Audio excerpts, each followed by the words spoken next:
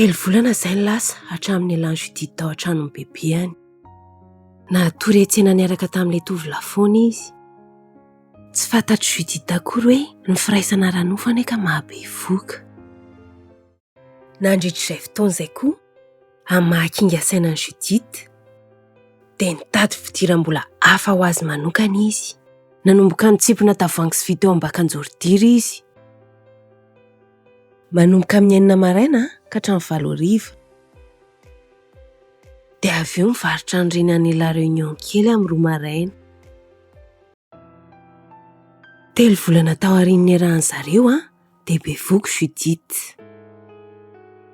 Faly ilay tovolahy satria io ny zanany naterany voalohany. Tsy ela akory tao aorian'izay nefany dia nisy vehivavy tezitra be nanantona an'i Judith. Laza fa mpangalabadin'olona izy ary nikasy tanana azy mihitsy. Ilay tovolahy nantenainy sy niarahany efa manambady. Nahatsiaro tena voafitaka Judith. Dia nanapa-kevitra Judith ny hisaraka sy hiala amin'ilay tovolahy. Tsy mety aminy miaraka amin'ny vadin'olona.